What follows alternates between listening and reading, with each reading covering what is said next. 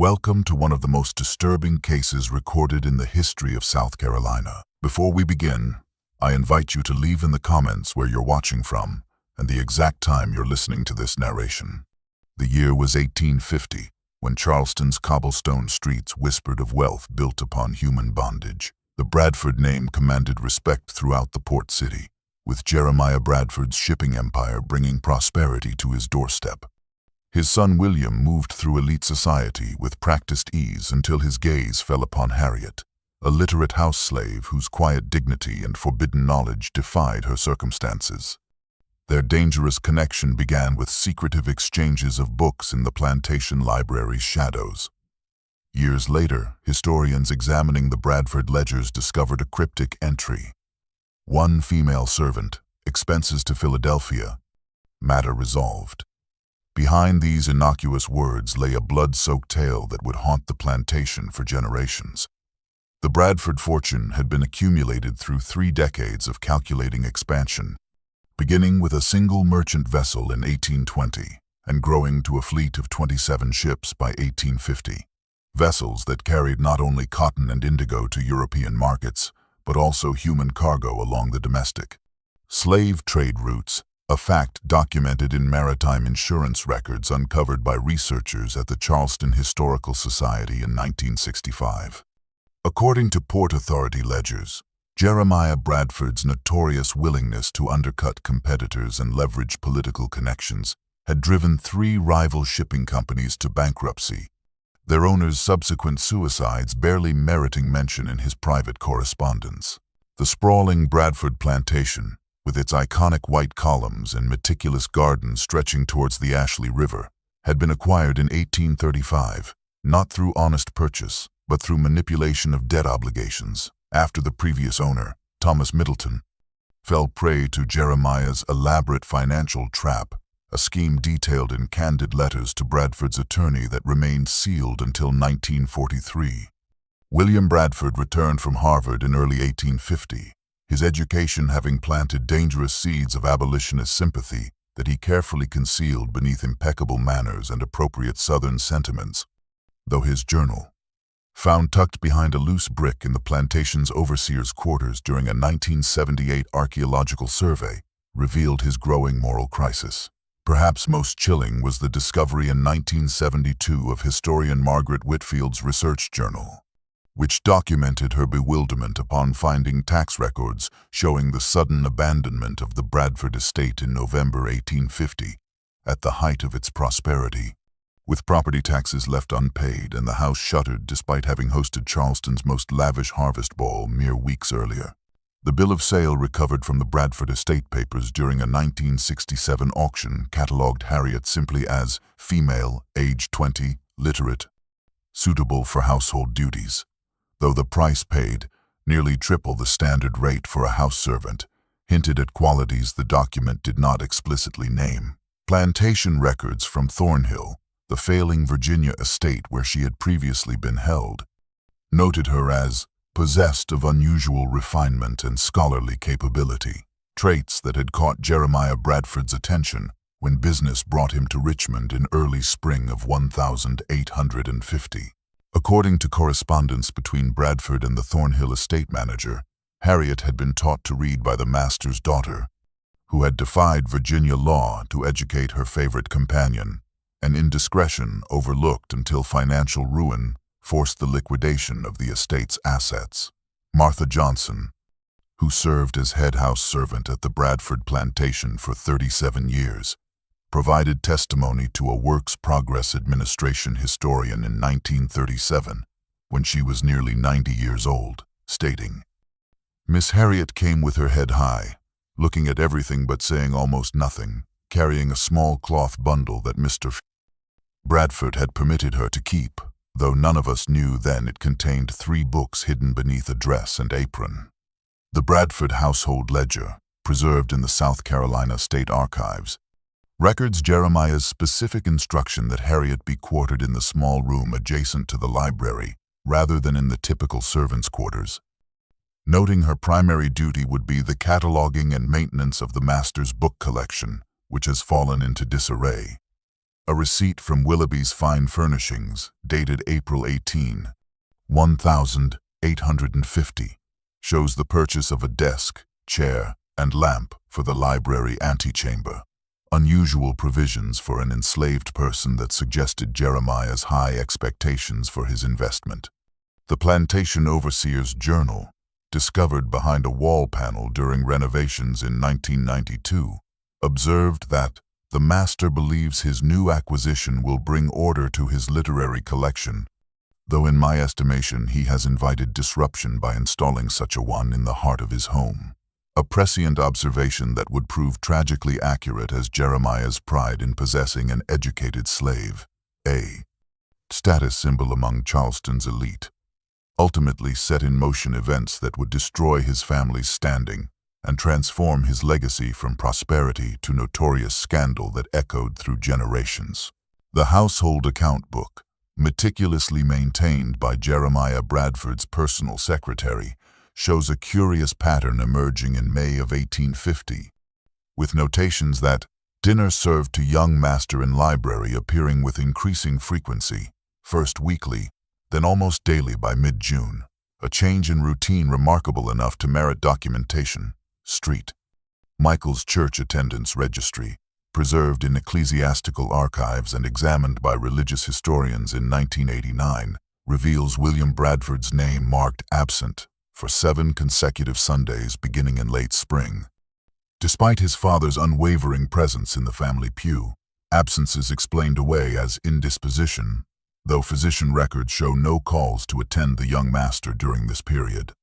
Martha Johnson's testimony, recorded in spidery handwriting across 17 pages of a government interviewer's notebook, recounts how she had entered the library unannounced one humid evening in June to deliver fresh candles, only to find young Master William standing behind Miss Harriet at the desk, his hand guiding hers across a paper filled with what appeared to be mathematics. Both of them so absorbed in the figures that neither noticed my presence until the candlestick rattled against the silver tray, an observation she wisely kept to herself, understanding that such instruction violated not merely social custom, but South Carolina law prohibiting the education of enslaved people. A half-burned letter discovered in 1,965 inches the archives of the Massachusetts Historical Society, apparently rescued from flames by its recipient, abolitionist Theodore Parker, contains William's anguished confession. I find myself transformed by daily proximity to one whose intellectual gifts would, were her skin of different hue, place her among the most admired minds of our generation. Instead, these very qualities that would elsewhere elevate her serve only to increase her value as property, a contradiction that renders hollow every principle I once held true. The plantation's visitor ledger notes the arrival of Reverend Daniel Simmons on June 23rd for pastoral consultation with young Mr. Bradford. Though the minister's private journal, published posthumously in 1901, reveals the true nature of their conversation, counseled the troubled young man regarding the grave spiritual danger of allowing admiration for the intellect of a subordinate to obscure the divine ordering of our social relations, I fear my words fell upon resistant soil, as his questions betrayed dangerous sympathies cultivated during his northern education.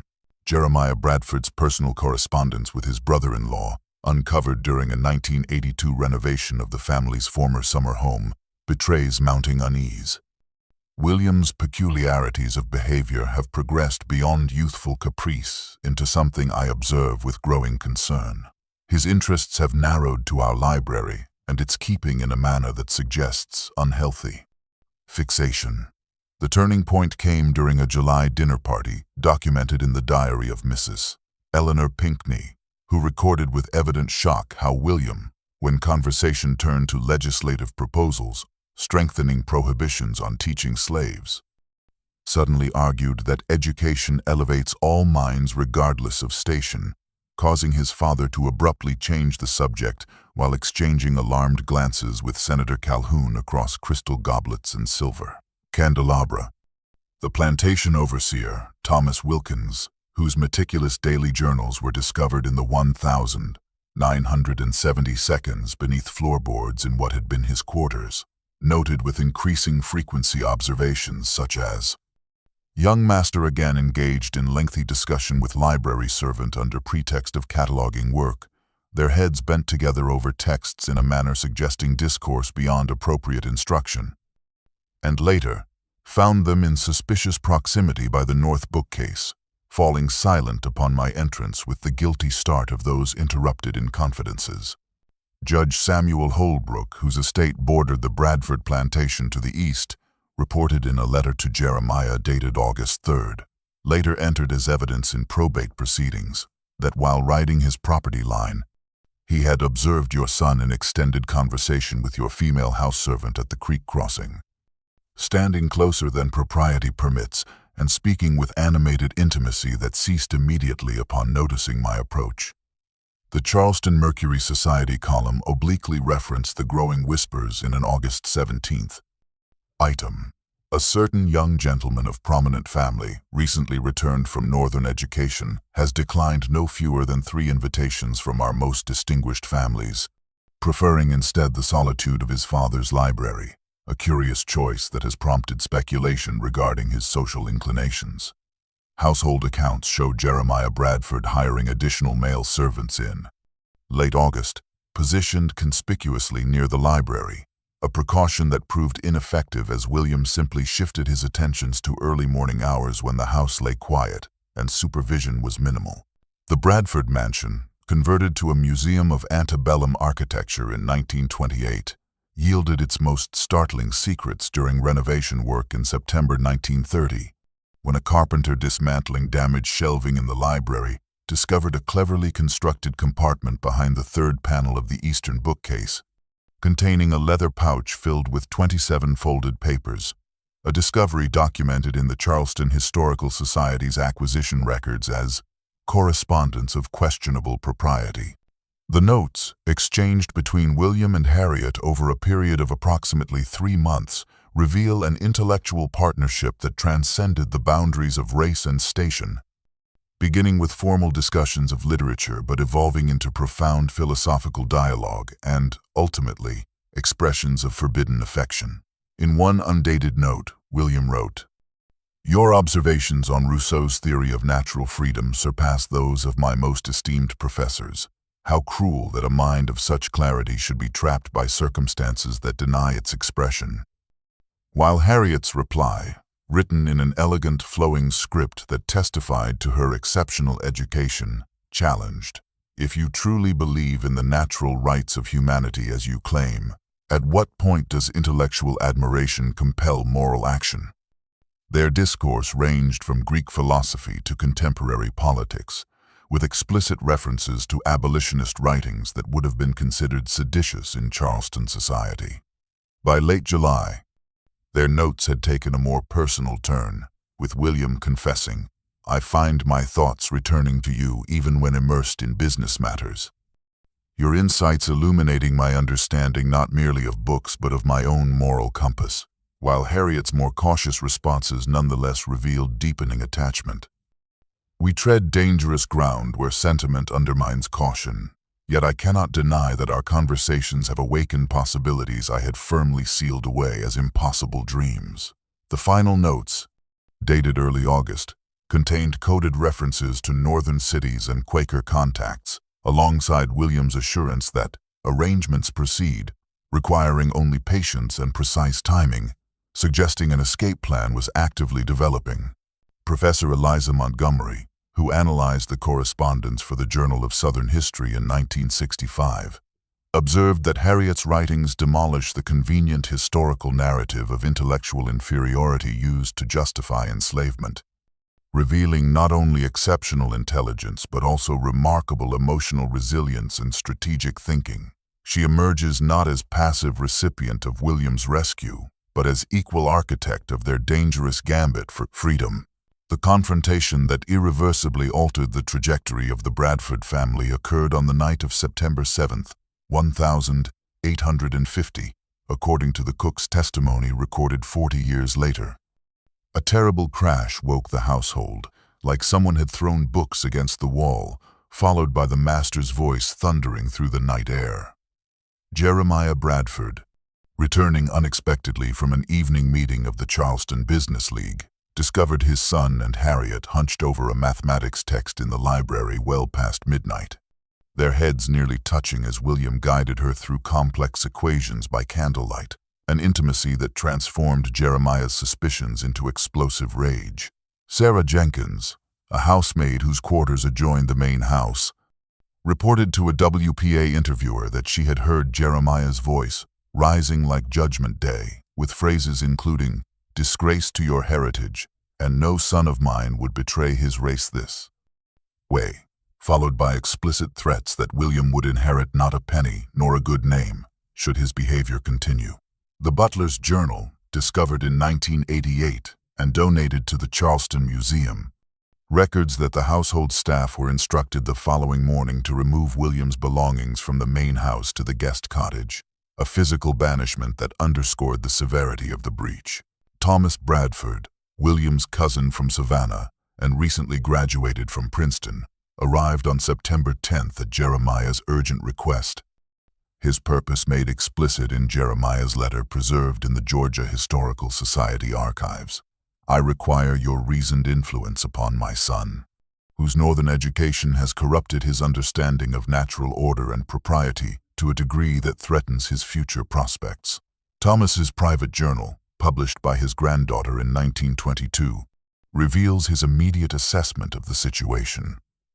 Uncle Jeremiah believes William suffering from misplaced idealism that can be corrected through proper reasoning. But what I observe is not youthful rebellion but principled conviction paired with something far more dangerous, genuine affection that transcends considerations of prudence or social standing. The plantation records note Thomas's arrival with the terse entry T. Bradford of Savannah in residence indefinitely, unaware that this family mediator would instead become the sole witness to the bloody events that later transpired, his testimony sealed by court order until 1890, by which time most principals in the affair had passed beyond earthly judgment. Financial ledgers from the Bank of Charleston, examined by economic historians researching antebellum wealth distribution in 1973, revealed that William Bradford made 3 substantial withdrawals between September 12th and 25th, 1,850, converting nearly $8,000, a small fortune at the time, into portable banknotes rather than the customary letters of credit. Transactions flagged as unusual by the bank manager but processed without question given the Bradford family's standing. The fragmented remains of a letter discovered beneath a floorboard during the mansion's 1930 renovation, apparently torn in haste, contained William's barely legible instructions. "Secure our passage under names Harrison, husband and wife. Necessary papers arranged through Judge Wilson's clerk, who remains sympathetic to the cause. Philadelphia connection will establish us until, with the remainder missing, presumably destroyed to protect their Confederates." Captain James Merriweather's log, housed in the Maritime Museum of Philadelphia, and first examined by researchers in 1895, records an entry dated September 20th. Young gentlemen of evident breeding inquired regarding passenger accommodations to Philadelphia, exhibiting unusual interest in the private cabin arrangements and the discretion of crew, advised him of departure scheduled for October 3rd, and accepted partial payment in cash rather than usual bank draft. Thomas Bradford's increasingly alarmed correspondence with his mother in Savannah, preserved in the family papers donated to Emory University in 1957, described a situation spiraling toward crisis. Uncle maintains a frigid formality with William, who has been banished from the main house but permitted to manage correspondence in the library during specified hours, a compromise that appears to satisfy neither while maintaining appearances to the outside world. I observe an undercurrent of desperate calculation in my cousin's manner that suggests he contemplates some irrevocable action.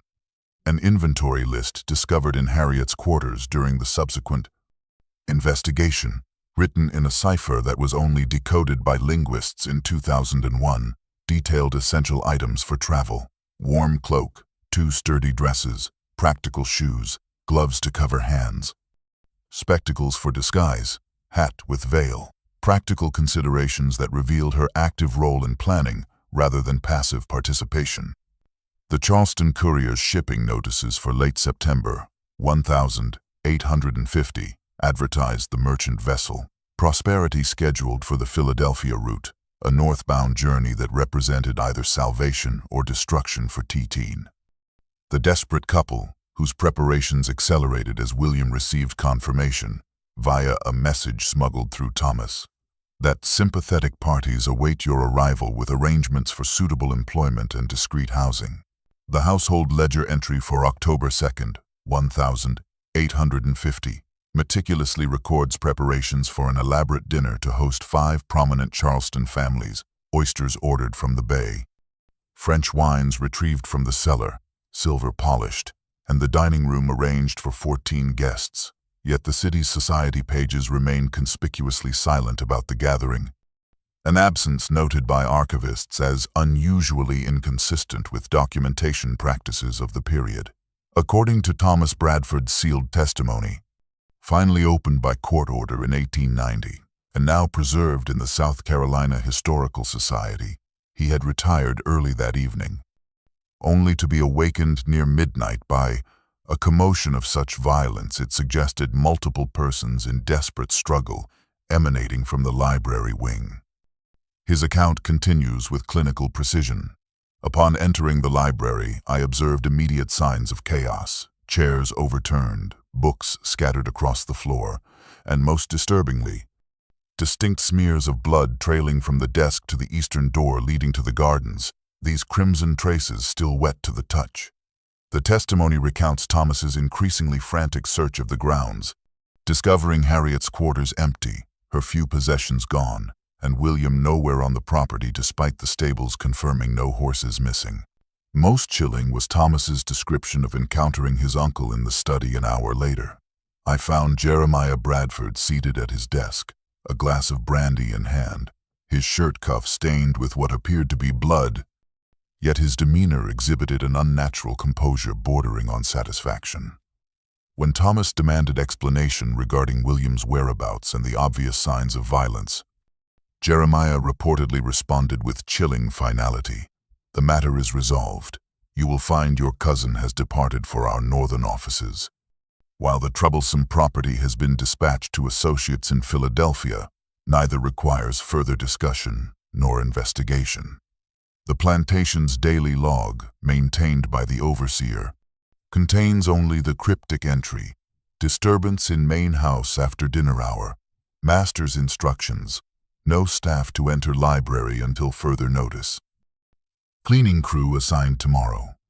Sheriff records from Charleston County show no report filed regarding any disturbance at the Bradford plantation, though the constable's personal diary, discovered during a 1963 courthouse renovation, notes, "Called to Bradford estate regarding servants' rumors of violence. Mr.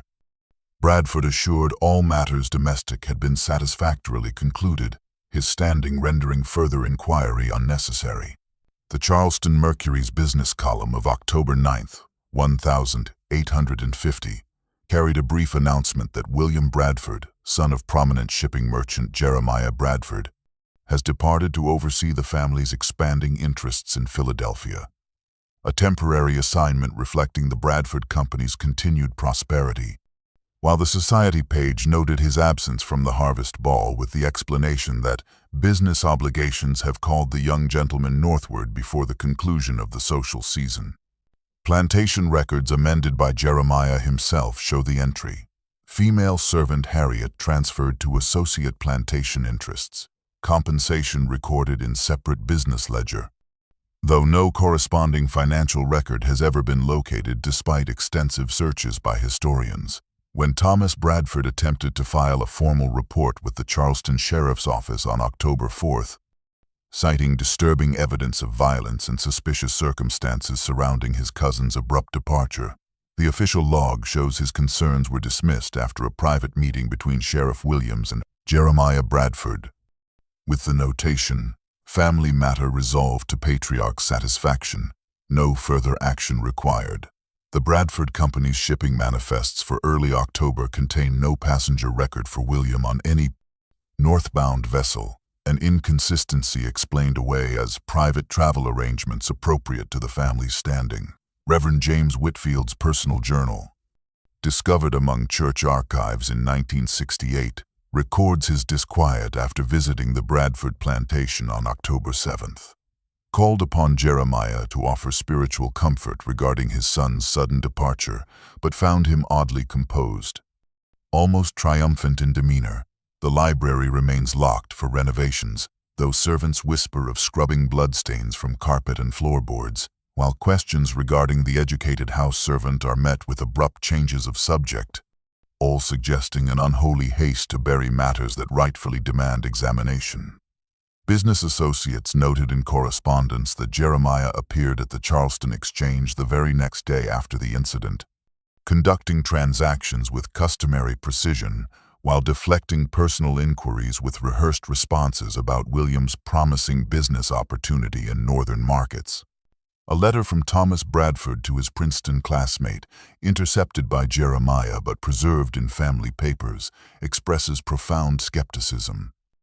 The official tale constructed around my cousin's disappearance contains such obvious contradictions that only willful blindness or cultivated indifference explains its acceptance.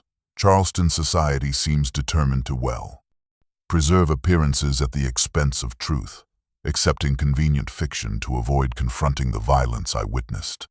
The yellowed pages of the Philadelphia Benevolent Society's Assistance Registry, discovered during an 1888 archival cataloging project by the Pennsylvania Historical Association, contained a remarkable entry dated October 12, 1850.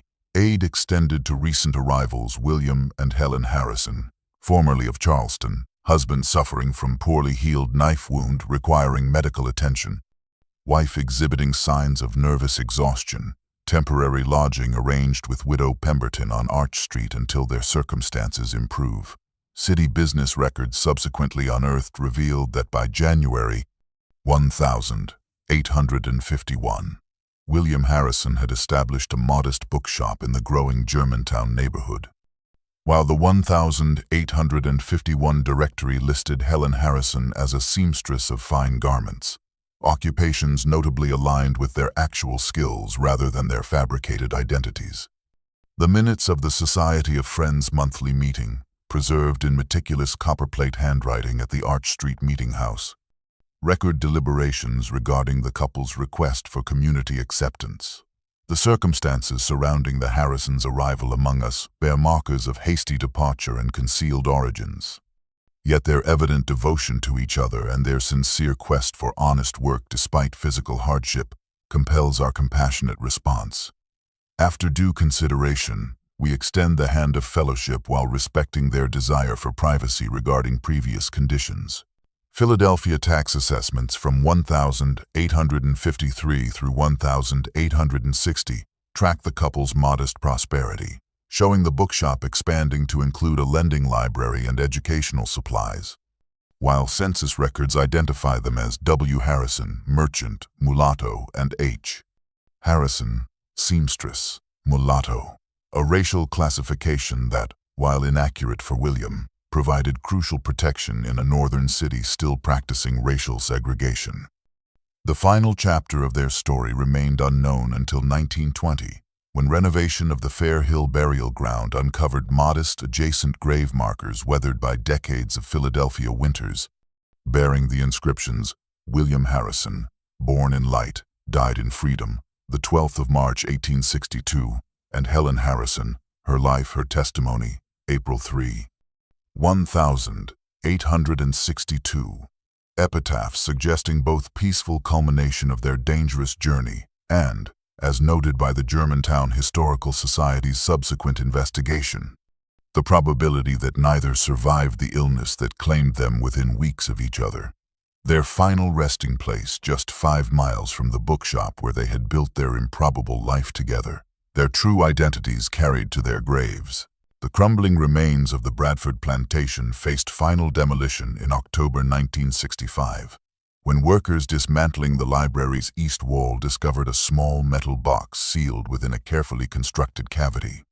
Containing a leather-bound volume wrapped in oilcloth, Harriet's diary, preserved for over a century in its hiding place, and subsequently acquired by the Smithsonian Institution as an unprecedented first-hand account of enslaved experience. The diary's elegant script, covering entries from April through September 1850, revealed Harriet's extraordinary intellect through sophisticated reflections on literature, philosophy, and the profound moral contradictions of the society that had classified her as property rather than person. Her early entries document growing affection for William, whom she described as unlike any man of his station I have encountered, seeing beyond the circumstances of my birth to recognize the mind beneath, awakening dangerous hope where I had cultivated only resignation. More startling were her detailed accounts of extensive education received from her previous owner's daughter in Virginia, who had taught her not merely reading and basic figures but Latin, higher mathematics, and natural philosophy. Knowledge she had learned to carefully conceal beneath a mask of appropriate servility until recognizing a kindred intellectual spirit in William. Most shocking was the diary's revelation, recorded in an entry dated August 17th, that Harriet had discovered her true parentage through fragments of overheard conversations and plantation records she had been tasked with organizing. The terrible truth emerges from Mr. Raitt. Bradford's own documentation. My mother, Eliza, was among his personal servants at the Virginia property 20 years past, before being sold southward after my birth. The transaction recorded with clinical precision in his own hand, alongside costs for the midwife who delivered me. This devastating discovery transformed her relationship with William into something far more complex and tragic. As she wrote, "The blood of the man who owns me runs in my veins, making William unknowingly my own half-brother, a revelation I cannot bring myself to share with him, for it would destroy the liberation of spirit we have found in each other. Yet its concealment weighs upon my conscience like stones." Historians who analyzed the diary noted that this revelation fundamentally altered understanding of the subsequent violence. What had been interpreted as Jeremiah Bradford's outrage over racial boundaries instead became a wrestle. Father's desperate attempt to prevent an unwitting incestuous relationship, his brutal resolution driven not merely by social propriety, but by determination to hide his own moral failings behind a veil of violence. Modern forensic techniques applied to the Bradford Library floorboards in 1978, when sections were removed during historic preservation efforts, revealed a narrative of violence far more complex than previously understood. Ultraviolet analysis displayed distinct blood spatter patterns consistent with multiple participants in physical struggle, rather than the staging. Simple disciplinary action, described in plantation records. Biochemist Dr. Eleanor Simmons, who examined the preserved wood samples, published findings indicating 3 distinct blood types preserved in the ancient oak. The distribution and directional patterns suggest an initial assault near the eastern bookcase, followed by defensive movements toward the desk, culminating in a significant bleeding event near the garden door, patterns consistent with attempted escape rather than punishment. Thomas Bradford's sealed testimony, finally opened in 1900, as stipulated in his will, revealed the horrific sequence he had partially witnessed. Upon hearing the commotion, I arrived to find Uncle Jeremiah standing over Harriet with a bloodied letter opener in hand, raging about her, corrupting his son and destroying his legacy, while William struggled to shield her despite a significant wound to his shoulder. The testimony continues with Thomas's confession. "I made the decision that would exile me from family and society. I struck my uncle from behind with a brass candlestick, rendering him temporarily insensible, then helped William bind his wound and escape with Harriet through the garden passage to where a carriage awaited." Most disturbing was Thomas's admission that Harriet, during their desperate flight to the waiting vessel, had revealed to him her true parentage. She whispered that she had found documentation proving herself Jeremiah's daughter by an enslaved woman, making her William's half-sister, a revelation I chose not to share with my wounded cousin, judging the burden of this knowledge too great to bear alongside their physical trauma.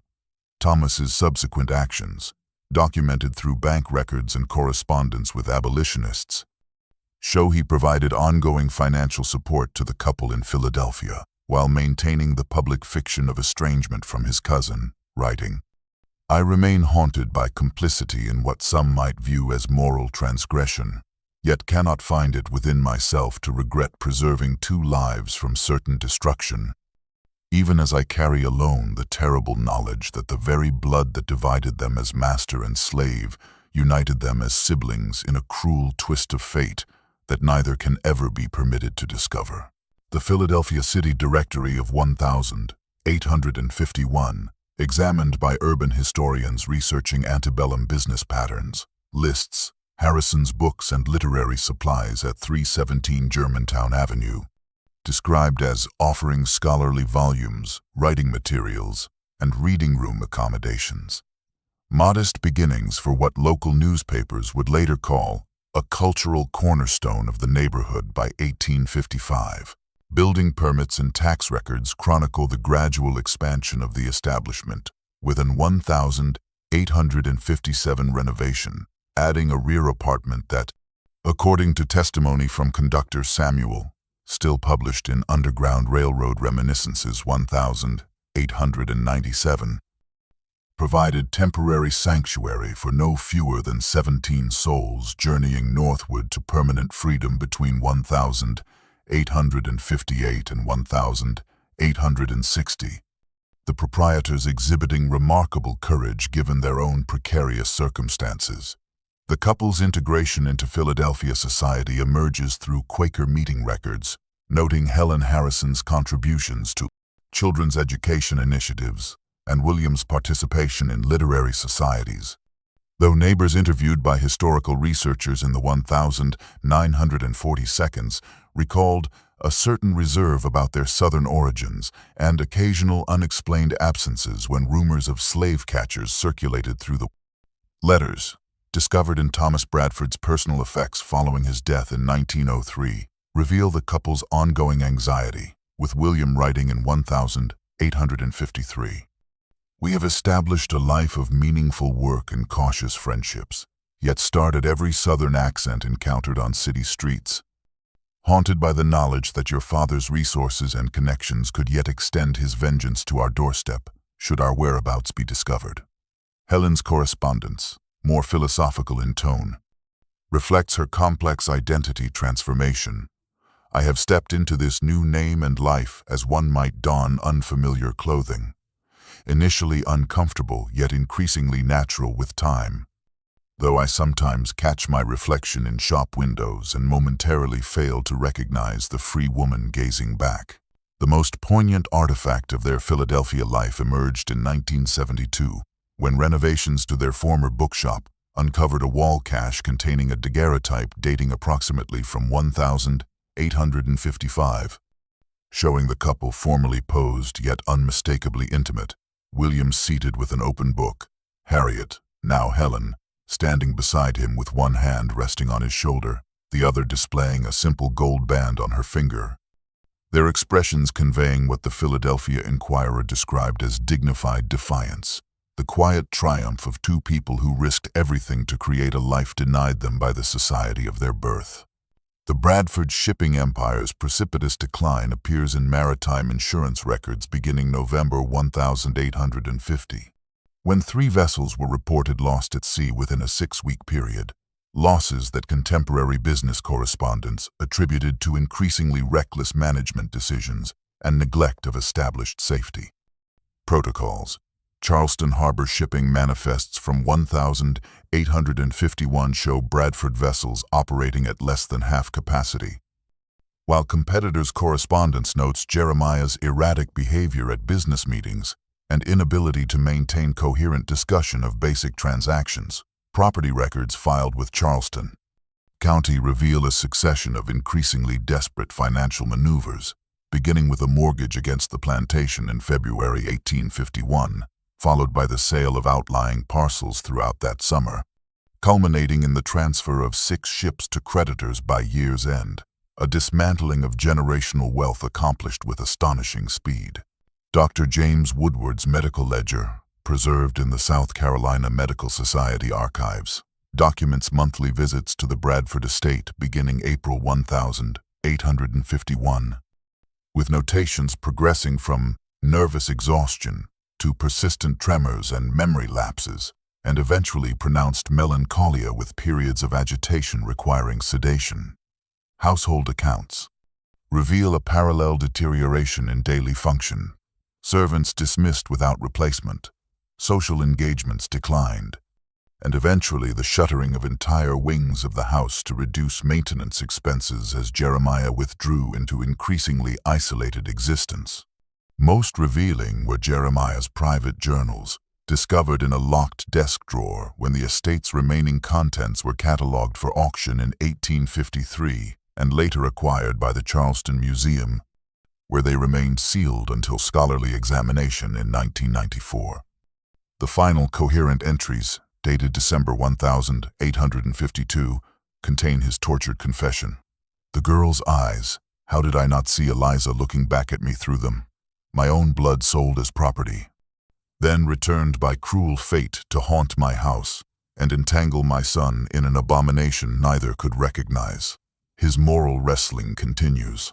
I acted to prevent greater sin, yet cannot speak the truth without revealing my own greater transgression. To admit her parentage would destroy what remains of family name. Yet silence condemns me to bear alone the knowledge that in my rage against their unnatural attachment, I nearly murdered my own unacknowledged daughter. The journal's final entry, nearly illegible and dated 3 weeks before his death, contains only the cryptic phrase, "Blood will tell. In her face I saw my punishment. In their escape, my judgment." The remarkable epilogue to the Bradford Harrison saga emerged in 2010, when Dr. Elaine Carrington, researching a dissertation on Underground Railroad operators in Philadelphia, traced fragmented records of the Harrison bookshop to descendants living in Boston, the great-great-grandchildren of William and Harriet, who had preserved family artifacts including Helen Harrison's handwritten recipe book and William's business correspondence, without fully understanding their historical significance or true origins.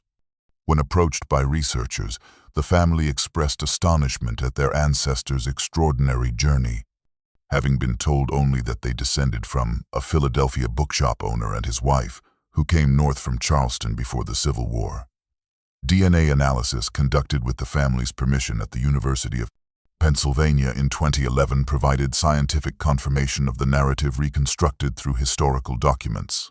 Genetic markers definitively established Harriet's biological relationship to surviving Bradford descendants in South Carolina, the molecular evidence revealing what documentary sources had suggested, that she had indeed been Jeremiah Bradford's unacknowledged daughter. The Harrison descendants' genetic profile revealed the complex biological legacy of this American tragedy. Markers from 3 continents converging in living embodiments of the country's tangled racial history, their very existence a testimony to survival against extraordinary odds. The Bradford Plantation Library, partially restored in 2015 through a National Historical Preservation Grant, now serves as an educational center where visitors encounter the full, unvarnished narrative of William and Harriet's story, with interpretive displays featuring reproductions of her diary, their correspondence, and forensic analysis of the violence that catalyzed their flight to freedom. Museum curator Dr. Marcus Wilson observed during the center's dedication, "This space embodies the layered tragedies of American history, forbidden love complicated by unknown blood ties, the violent enforcement of racial boundaries, lives built on secrets that poisoned generations, and perhaps most poignantly, the cruel irony that the very system Jeremiah Bradford upheld ultimately destroyed everything he valued, including the son whose moral awakening he could neither understand nor tolerate." The final exhibit in the restored library features the 1,855 daguerreotype of William and Harriet in Philadelphia, displayed alongside a 2012 photograph of their Boston descendants standing on the same ground where their ancestors once lived as master and slave. A visual representation of how America's most painful contradictions continue to reverberate through time, their resolution still unfolding in the lives of those who inherit this complex legacy. their family story a testament to both the deep wounds and remarkable resilience that characterize the ongoing American experiment.